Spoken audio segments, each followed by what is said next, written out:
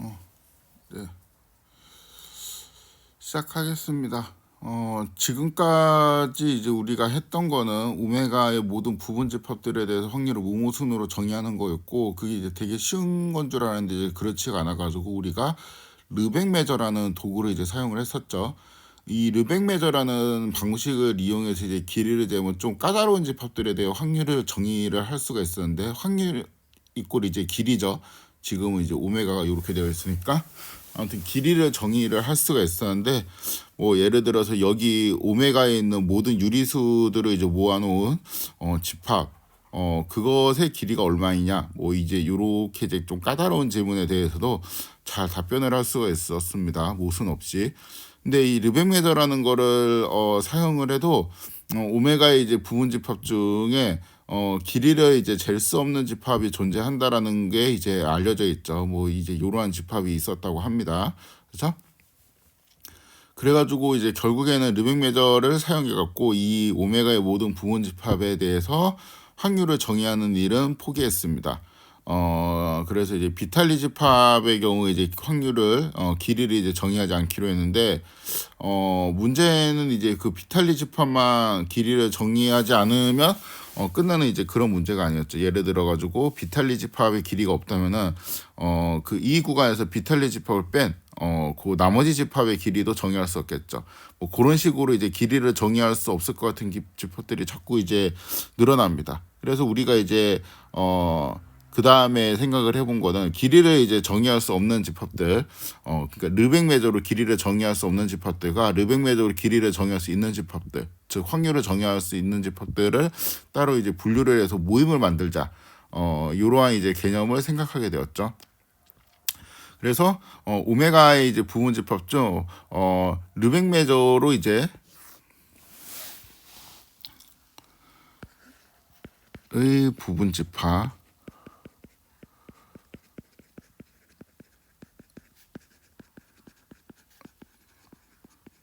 여기 이제 이렇게 있으면은 이 중에서 이제 어떤 부분은 이제 요런 부분은 르벡 매저로 잴 수가 없는, 그러니까 여기에 이제 비탈리 집합도 있겠고 비탈리 집합에 뭐 그 여집합이라든가, 여기서 이제 여집합은 이제 이 구간에서 비탈리 집합을 뺀 요거를 의미하죠. 요런 것들도 포함될 수 있고, 하여튼 이런 것들을 딱 분리해 가지고 요렇게 이제 경계를 딱 만드는 일이 필요할 것 같습니다. 그래가지고 이거를 이제 하기 위해서 우리는 이 모임에 이제 관심 있고, 이거를 이제 캘리그래픽 이제 F 요런 거를 우리가 저번에 기호로 약속을 하면서 F가 가져야 될 성질들에 대해서 논의를 막 했죠. 그러니까 만약에 이제 F라면은 뭐 A가 F에 들어가면은 A의 여집합도 F에 들어가야 되지 않냐, 뭐 이제 이런 식으로 이제 논리 전개를 이제 쭉 하면서 몇 개의 이제 세트를 만들었습니다. 그쵸? 그거를 이제 이어서 할 건데, 이제 지난 시간에 이제 만들어 놓은 규칙 같은 거는 무엇이냐면, 잠깐 이제 복습을 하면은 A가 그러니까 여집합에 닫혀 있는 거죠. 요것도 요거이다. 그다음에 두 번째는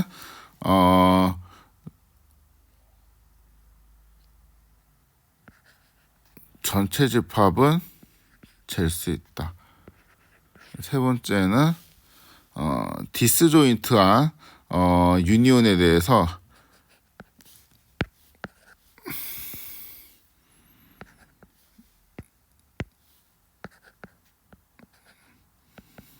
모든 n에 대해서 an이 이렇게 되어 있고,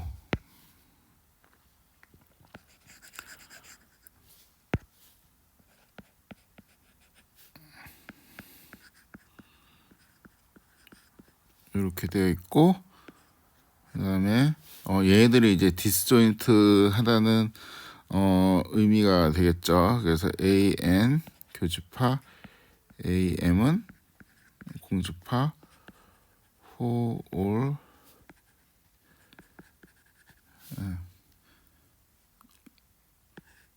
이렇게. 여기서 이제 n이랑 m은 자연수이죠. 이러한 상황이면은 디스조인트의 유니온도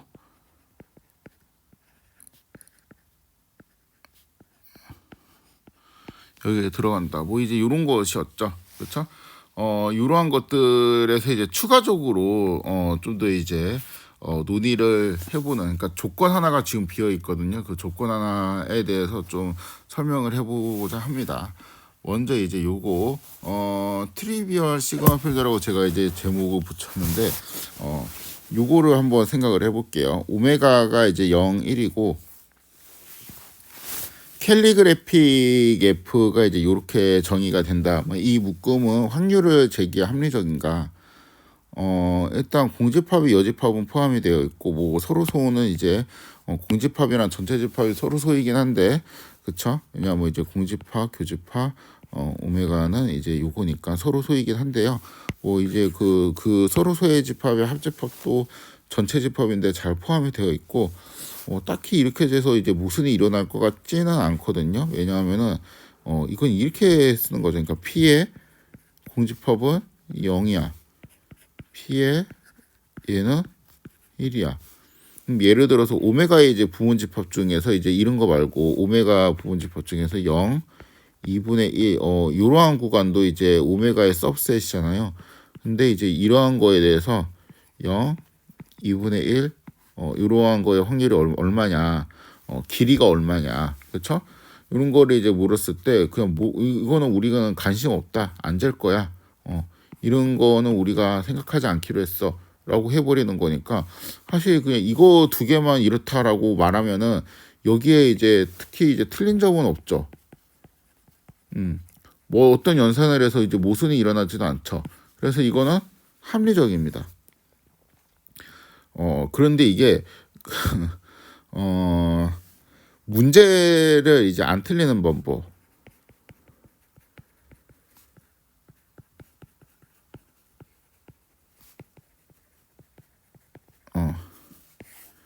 이 가장 쉬운 방법이 뭔지 아세요? 문제를 안 풀면 돼요. 안 풀면 안 틀립니다. 그러니까 일단 풀어야지 틀릴 수가 있는 건데 문제를 그냥 안 풀면 안 틀려요. 그러니까 이런 거에 대한 확률이 얼마냐? 그냥 이거 안 푸는 거예요. 나 몰라, 이거 안 할 거야. 이렇게 해버리면 틀릴 일은 없죠. 그렇죠? 이게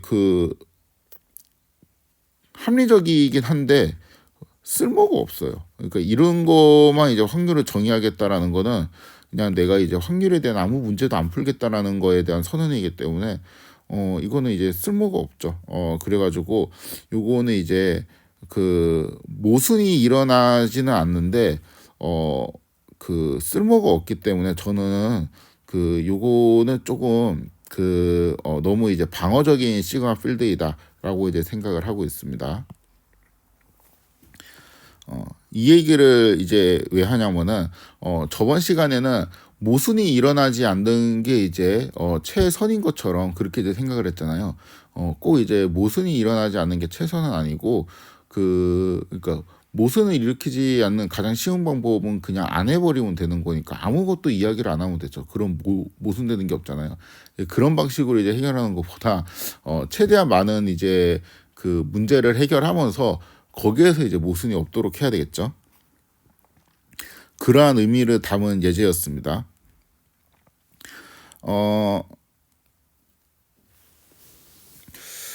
자, 이제 요 묶음을 봅시다. 오메가가 1, 2, 3, 4라고 할 때, 오메가가 1, 2, 3, 4인데, 이제 캘리그래픽 F라는 거를 이제 요런 방식으로 잡았어요. 공집합, 그 다음에 뭐 1, 2, 1, 3, 1, 4, 2, 3, 2, 4, 오메가.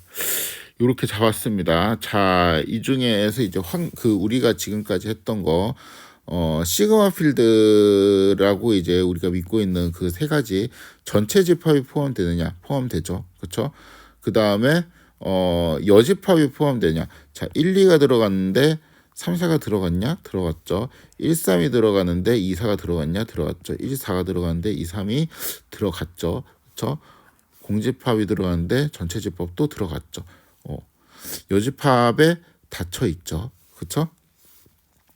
세 번째는 이제 디스조인트한 셋에 대해서 유니온에 닫혀 있는지를 체크를 해야 되는데 여기에서 일단 공집합은 모든 집합이랑 디스조인트 하죠. 왜냐하면 뭐 1, 2 요거는 요거니까 공집합은 뭐 개념상 모든 집합이랑 디스조인트 하다라고 이제 볼 수가 있는데 뭐 이거는 이제 다 그 유니온을 해도 닫혀 있죠. 유니온이 이제 다 자기 자신일 테니까. 그래서 공집합은 뭐 따질 필요 없고 공집합이랑 이제 디스조인트한 셋은 따질 필요 없고 전체 집합이랑은 디스조인트한 애가 없잖아요. 그러니까 얘도 이제 쌍을 따질 필요 없고 얘하고 이제 디스조인트한 애들 중에서 이제 요것들 중에서 보니까 얘하고 디스조인트한 애가 3, 4죠. 그쵸? 요거의 이제 유니온은 뭐예요? 이렇게 되어 있고 그냥 이 여집합 관계가 다 디스조인트한데 그쵸? 여집합 관계만 다 디스조인트하죠. 그래갖고 유니온에 대해서도 닫혀 있습니다. 그쵸? 디스조인트한 것들의 합집합이 여기에 전체 집합으로 다 포함이 되어 있으니까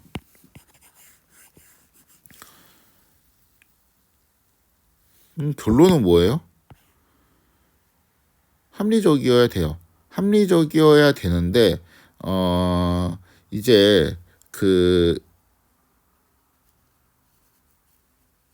요런 거 있죠. 요런 거. 그 1, 2 그다음에 교집합 1, 3 이렇게 하면은 1이 나오잖아요. 이거는 여기에 들어가지 않죠. 이 말은 뭐냐면은 P의 A를 우리가 잘 정의할 수 있고 P의 B도 잘 정의할 수 있는데 P의 A하고 B는 이게 정의가 안 된다라는 게 되는 것이거든요. 그래서 생각해 보면은 그 결국에는 이 묶음이 합리적이냐라고 묻는 거는 이렇게 묻는 거하고 좀 비슷해요. 그 교집합에 닫혀 있지는 않죠. 왜냐하면 요거하고 요거 교집합한 애가 없고 뭐 예를 들어 갖고 얘하고 교집합하면 2가 나오는데 2도 포함되지 않고 그쵸? 있지 않아도 F는 합리적? 요거를 묻는 것이거든요. 그 말은 이제 집합 그러니까 이 말이랑 똑같은 거는 집합 A랑 B에 대한 확률값이 이제 각각 매길 수 있는데 이거에 대한 이제 확률값을 정의할 수 없단 말이죠. 왜냐하면 여기 없으니까. 이게 이제 합리적인가? 요런 거죠. 일단 이제 체크해야 될 거 조건 1, 2, 3 우리가 저번에 썼던 조건 1, 2, 3은 다 만족하는데 이제 F는 이제 요러한 이제 그 교집합이 포함되지 않고 이게 같은 맥락으로 이게 합집합도 포함이 안 됩니다. 예를 들어서 1, 2, 1, 3, 1, 3, 4 요런 것도 이제 포함이 안 돼요. 이 교집합이 포함된다는 거랑 그 합집합이 포함된다라는 거는 사실 이제 같은 맥락인데 왜냐하면 우리가 어떤 A라는 집합이 있고 어떤 이제 B라는 집합이 있으면은 이제 요게 이제 그 교집합이잖아요. 근데 이제 A하고 B는 각각 이제 F에 포함되는데 만약에 이제 A 교집합 B도 F에 이제 포함되잖아요. 그렇다면은 A 교집합 B가 이제 F에 포함되면은 요것도 F에 포함되죠. 지금 초록색으로 한 거. 그러니까 A 마이너스 A 교집합 B도 포함되겠죠. 왜냐하면 이건 포함 관계에 있는 차집합이니까. 그 다음에 요것도 포함되겠죠. 이거는 B 마이너스 A 교집합 B도 이제 포함되겠죠. 이것도 포함 관계에 있는 차집합이니까 포함 관계에 있는 차집합이 그러니까 이 1, 2, 3을 만족하면 포함 관계에 있는 차집합이 들어간다라는 거는 이제 저번 시간에 했었죠. 이따가 한번 체크해봐야 되겠다. 한지 안 한지 가물가물하네. 했을 겁니다. 이걸 안 했을 리가 없어요. 안 하면 논리 전개가 안 되니까. 아무튼 이제 그 포함 관계에 있는 차집합이니까 이제 포함이 되고, 그러면 이제 여기 초록색, 빨간색, 다 초록색, 요거는 다 디스조인트한 거니까 요거를 세 개 합친 것도 F의 원소가 되는데, 그게 이제 A 합집합 B는 F의 원소가 된다라는 거를 의미를 하는 것이죠. 그렇죠? 잠깐만요. 한번 체크를 해봅시다.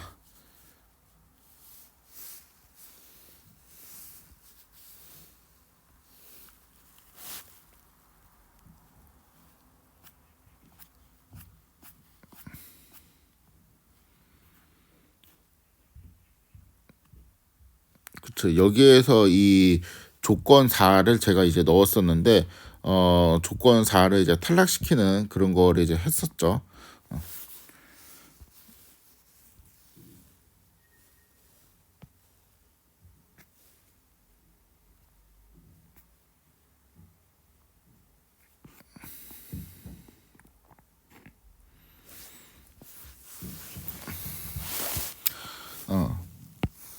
아무튼 이제 요거를 정의할 수, 그러니까 A랑 B를 각각 잴 수 있으면은 A 합집합 B나 A 교집합 B도 잴 수 있냐?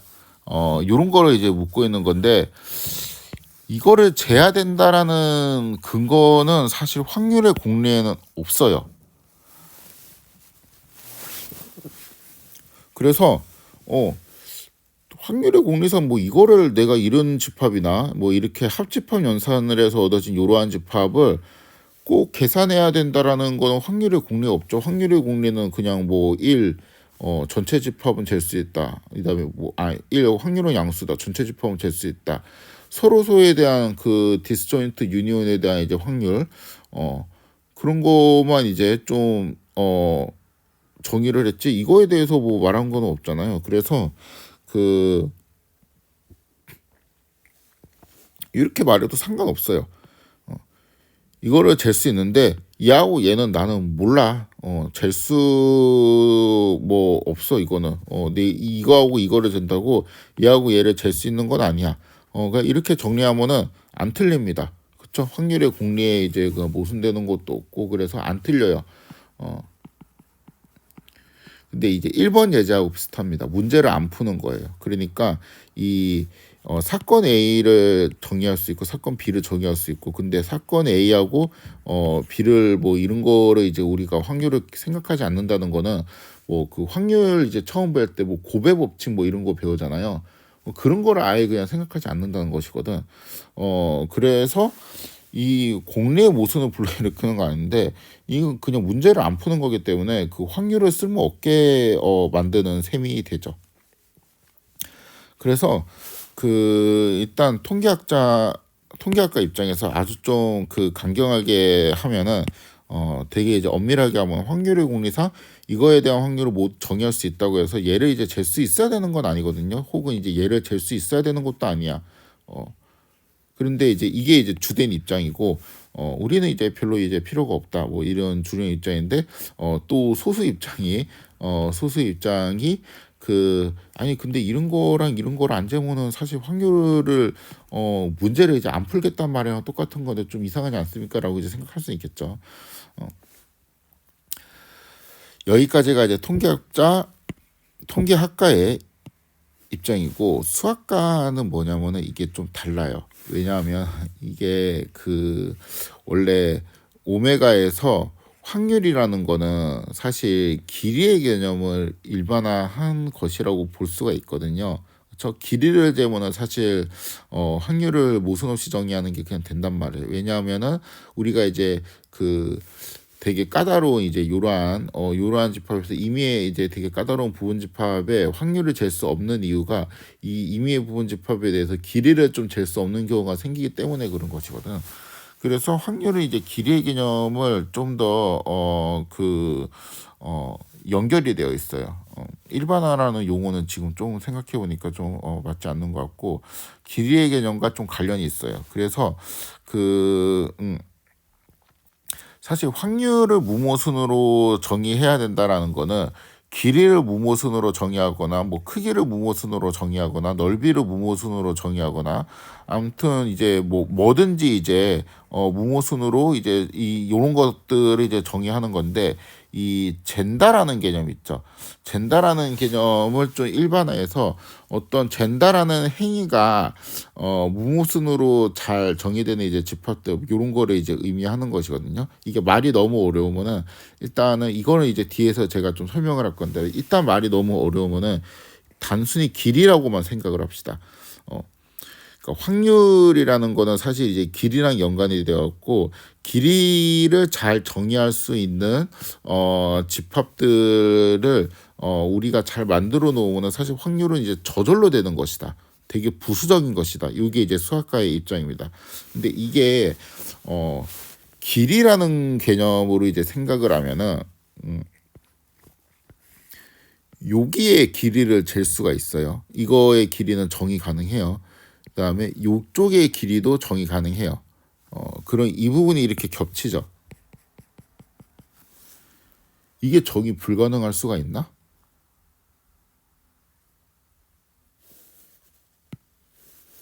이쪽의 길이가 존재해. 실제로 이제 실존하고 이쪽의 길이 존재해요. 이 잘라갖고 하면 뭐 이제 제문 나오는 거 아니에요? 길이는? 그러니까 이 길이라는 입장에서 보면은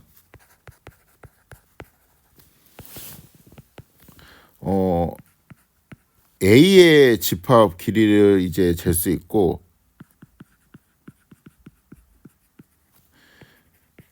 B도 이제 잴 수 있고 그쵸? A 교집합 B도 당연히 이제 잴 수 있어야 되거든. 이거는 그냥 그 뭐지? 확률에 전체 확률이 1이어야 되는 것만큼 여기에선 또 되게 당연한 거예요.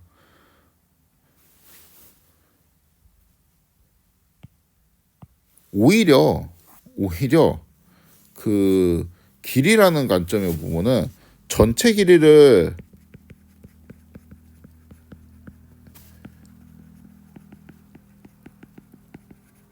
이게 이상한 거거든. 그러니까 확률의 관점에서 보면 시그마 필드를 이제 확률을 잴 수 있는 집합들에 보면은 우리가 이제 요거를 이제 당연하게 생각하고 넣었잖아요. 전체 집합은 잴 수 있어. 이게 전체 집합은 확률을 잴 수 있어. 이렇게 하면 이제 말이 당연히 자연스럽게 되는데 전체 집합은 길이를 잴 수 있어. 이거는 그렇게 안 당연하거든요. 왜냐하면 전체 집합이 이루면 어떡하려고. 이거의 길이는 무한대잖아요. 그쵸?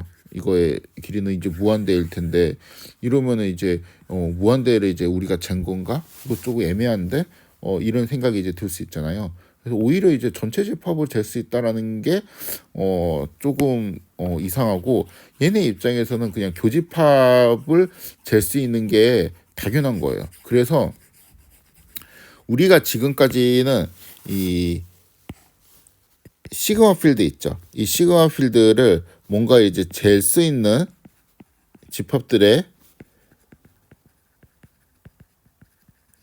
모임인데 여기서 이제 사실 확률을 요런 게 이제 생략되어 갖고 이거를 상상하고 이제 규칙을 만들었잖아요. 1, 2, 3. 그런데 이렇게 생각하지 않고 이제 F라는 거를 길이를 잴 수 있는 집합들의 모임이라고 하면은 첫 번째로 들어가야 될 게 바로 이제 요겁니다.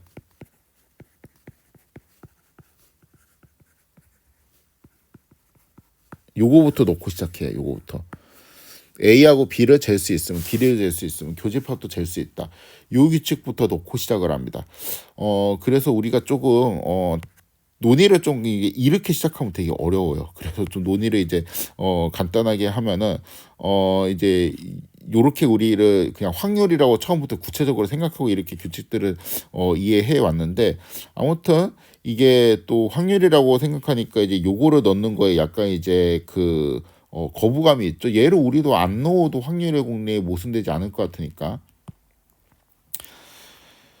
아무튼 결론.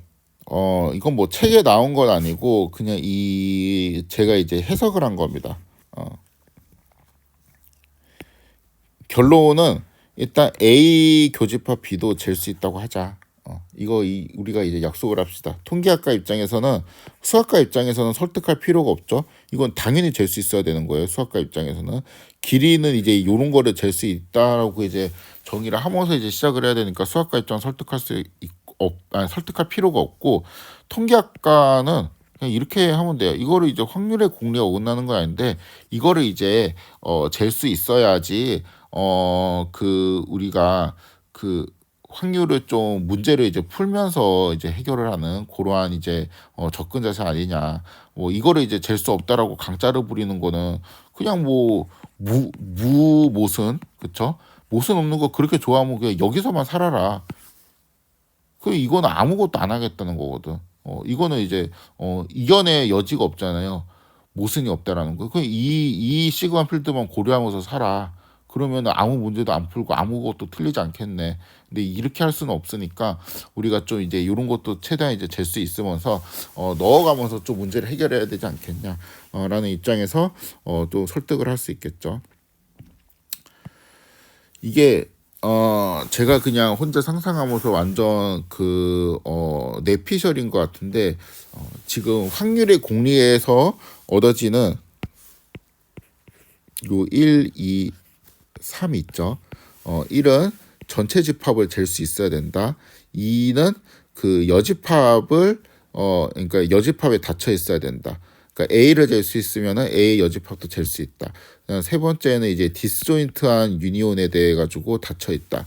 요런 게 이제 우리 확률의 공리에 어긋나지 않는 저번 시간에 이제 합의된 거였죠. 그 다음에 추가적으로 뭐냐면은 교집합에 닫혀 있어야 된다라는 이제 조건을 추가를 이제 해서 요렇게 합쳐갖고 이제 시그마 필드가 나옵니다. 이쪽에서 이 왼쪽에 있는 세 개의 조건을 만족하는 거는 시그마 필드가 아니에요. 이거는 우리가 람다 시스템이라고 불러요. 그 다음에 오른쪽에 있는 요 조건 있죠. 교집합에 닫혀 있어야 된다. 요 집합만 만족하는 컬렉션을 우리가 파이 시스템이라고 부릅니다.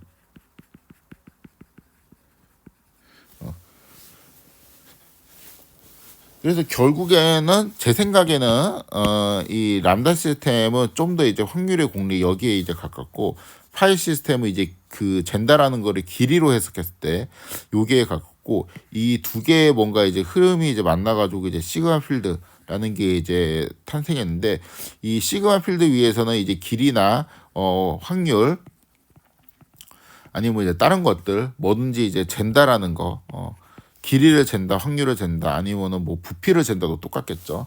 넓이를 잰다도 똑같겠고, 아무튼 뭔가 이제 잰다라는 개념이 이제 합리적이게 만들어지는 이제 집합들, 요걸 이제 시그마 필드라고 이제 정의를 하게 되는 것입니다.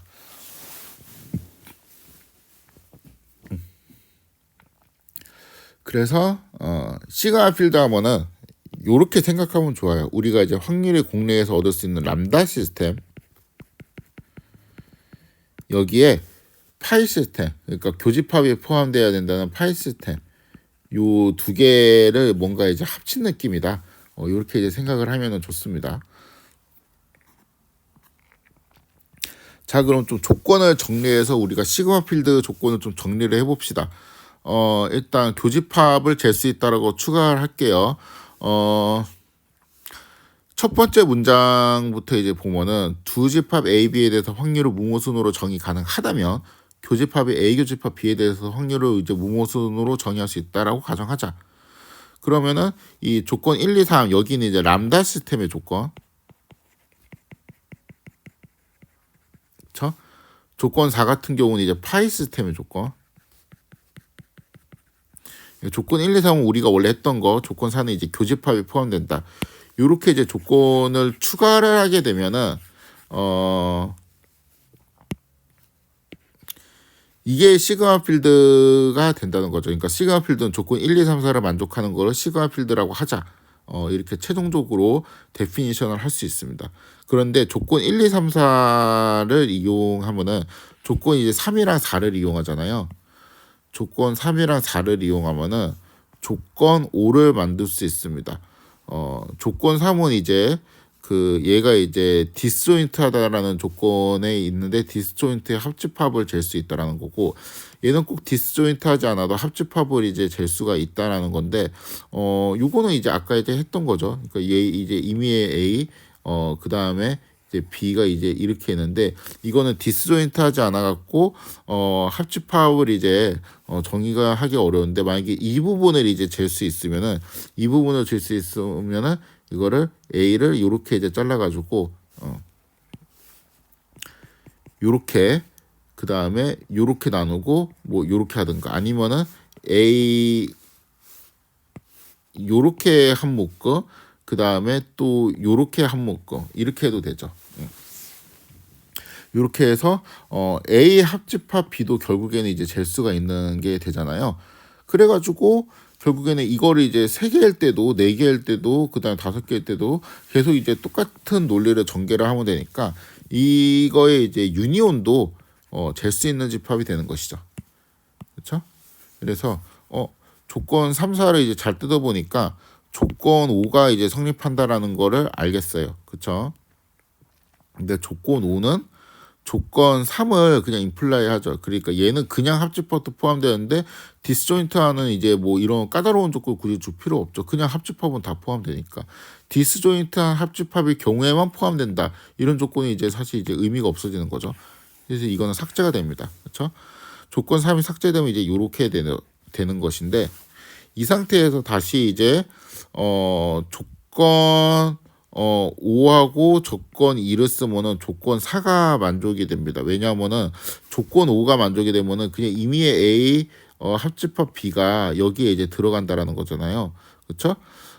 그 조건 그러니까 이 조건 5가 의미하는 거는 합집합에 닫혀 있다라는 거고 조건 2가 의미하는 거는 이제 여집합에 닫혀 있다는 건데 우리가 이제 요런 게 있었죠. 이거는 우리가 A 여집합, 합집합, B의 여집합, 전체 여집합 요런 게 있었죠. 예전에 배울 때. 근데 보세요. 이제 A하고 이제 B가 각각 잴 수 있어요. 그럼 A 여집합도 잴 수 있겠지. B의 여집합도 잴 수 있겠지. 그럼 잴 수 있는 거 합집합한 것도 잴 수 있겠죠. 여기까지가 잴 수 있는데 요거의 여집합도 잴 수 있죠. 그러니까 얘는 잴 수 있죠. 그러니까 얘를 잴 수 있으면은 요거를 잴 수 있다라는 게 얘하고 요거를 잘 쓰면은 이거를 그냥 임플라이 할 수 있습니다. 그렇죠? 그래서 조건 2하고 조건 4가 조건 2하고 조건 5가 조건 4를 임플라이 하니까 결국 얘도 삭제 가능. 그래서 저번에 했던 것처럼 조건을 정리하면은 이제 결국에는 요거는 남아 있고요. 요거는 남아 있고 그다음에 얘도 남아 있고 얘는 이제 삭제 가능하고 요렇게 남아 있으니까 요거는 조건 5 대신에 조건 3이라는 이름으로 바꾸면은 요렇게 정리가 되죠. 그래서 시그마 필드를 이렇게 정의할 수 있습니다. 드디어 시그마 필드를 정의했습니다. 오메가의 부분 집합 중 조건 1부터 조건 3을 만족하는 집합의 집합 F를 오메가에 대한 시그마 필드라고 하자. 조건 1, 조건 2, 조건 3이 있는데 조건 1을 전체 집합을 포함해야 된다. A가 들어가면 A 여집합도 포함돼야 된다. 그 다음에 카운터 오브 유니온에 닫혀 있다. 그쵸? 그리고 이제 이 시그마 필드의 원소 있죠. 이거를 이제 F 메저러블 셋이라고 합니다. 예를 들어서 시그마 필드를 이제 이렇게 이제 하면은 여기는 이제 공집합은 F 메저러블 셋이다. 이렇게 이제 표현을 하는 거죠.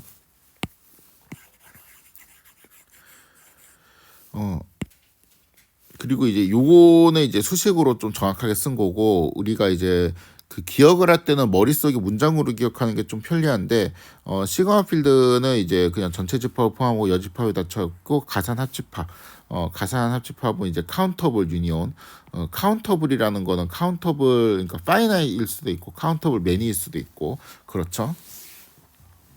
아무튼 가산 합집합에 닫혀 있다 이렇게 정리를 하면 좋습니다. 그래서 시그마 필드의 데피니션을 소개했습니다. 저번 시간부터 쭉 이어가지고 이거를 보통 이제 교재에서는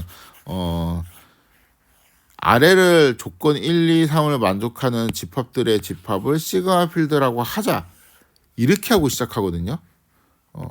저도 뭐 그렇게 하고 시작하면 편하긴 한데 그러면 이제 조건 1, 2, 3이 너무 이제 좀 그 처음에 받아들일 때 너무 이해도 안 되고 싫단 말이에요. 그쵸? 공부하기가 여기서 딱 싫어지거든. 그래서 왜 이러한 조건이 나왔는지 최대한 그 많은 생각과 예제들을 쭉 소개를 하면서 요거를 제가 소개를 했습니다. 아무튼 요거는 외우셔야 됩니다.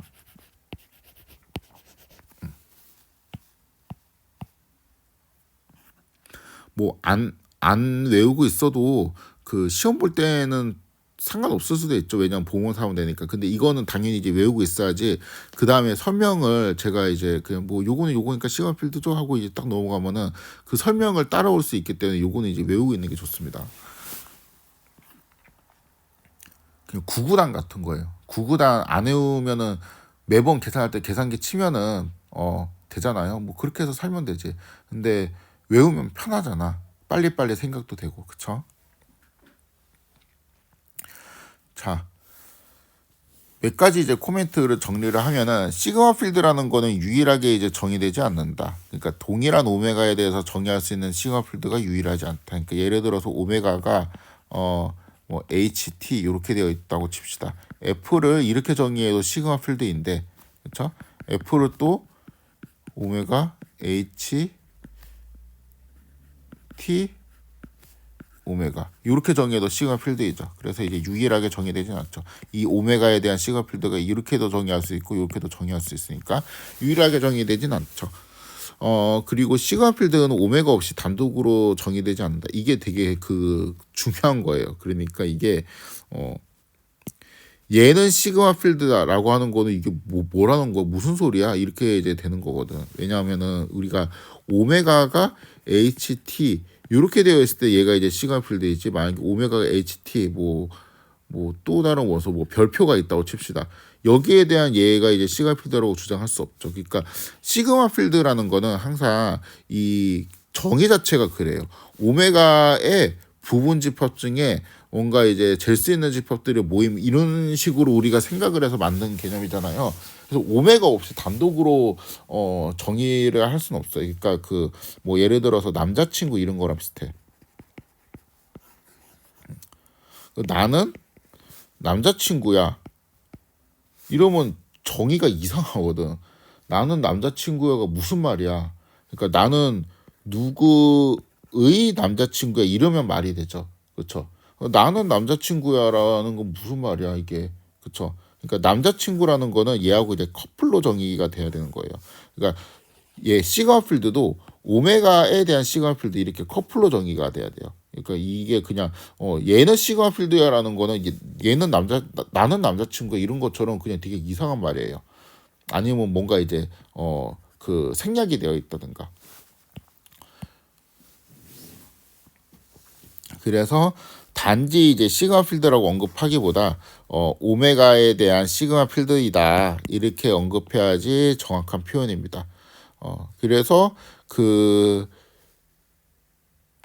이 F를 단독으로 표기하는 것보다 이제 이 오메가, 그러니까 이 뭐에 대한 시그마 필드인지 붙여가지고 이렇게 커플로 표현하는 게 좀 더 이제 합리적일 수 있거든요. 그래서 요 커플로 표현하는 방법도 많이 이제 사용이 되고 이렇게 이제 커플로 되는 요거를 메저러블 스페이스라고 부릅니다. 그러니까 잴 수 있는 공간이 되겠죠.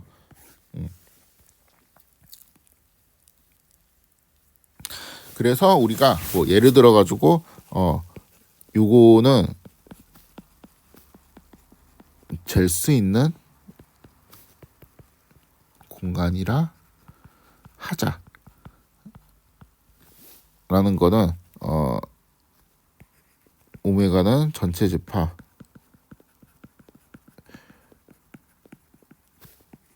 의미하고 그 다음에 F는 오메가에 대한 시그마 필드다. 요거를 같이 그냥 선언을 해주는 거예요. 그래서 이렇게 그냥 오메가 컴마 F 딱 쓰고 요거를 잴 수 있는 공간이라고 하자라고 하면은 되게 그 간단한 그러니까 요렇게 길게 써야 될 거를 좀 간단하게 쓰는 효과가 있는 것이죠.